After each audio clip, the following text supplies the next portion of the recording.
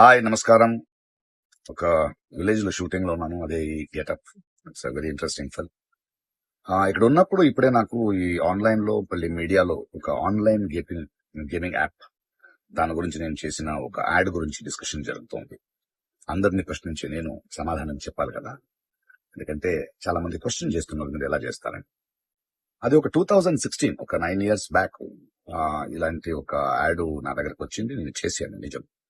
ఆ తర్వాత కొన్ని నెలల్లోనే అది తప్పని నాకు అర్థమైంది. వాళ్ళు మళ్ళీ 2017 లో దాన్ని ఎక్స్టెండ్ చేస్తానంటే, లేదండి ఇది తప్పు, తెలియక చేసేసాను. బట్ చేసేసాను కాబట్టి అగ్రిమెంట్, మీరు దాన్ని రిలే చేసి తీరాలి. బట్ 2017 నుంచి మీరు వాడకూడదు, నేను రాను అని చెప్పేసి. దాని తర్వాత అలాంటి ఏ గేమింగ్ యాప్స్ నేను చేయలేదు. 2021 లో కూడా ఆ కంపెనీ ఇంకో కంపెనీకి అమ్మేసి వాళ్ళు దాన్ని ఏదో సోషల్ మీడియా ప్లాట్ఫామ్ లో యూజ్ చేస్తే నేను వాళ్ళకి నోటీసులు, వాళ్ళకి ఈమెయిల్, మళ్ళీ వాట్సాప్ లో పంపించి, లేదండి ఇందులో నేను లేను, ఇది చేయకూడదు, కాంట్రాక్ట్ అయిపోయింది, ఇది తప్పు అని కూడా చెప్పాను. వాళ్ళు ఆపేశారు. ఇప్పుడు అది మళ్ళీ రీక్ అయింది.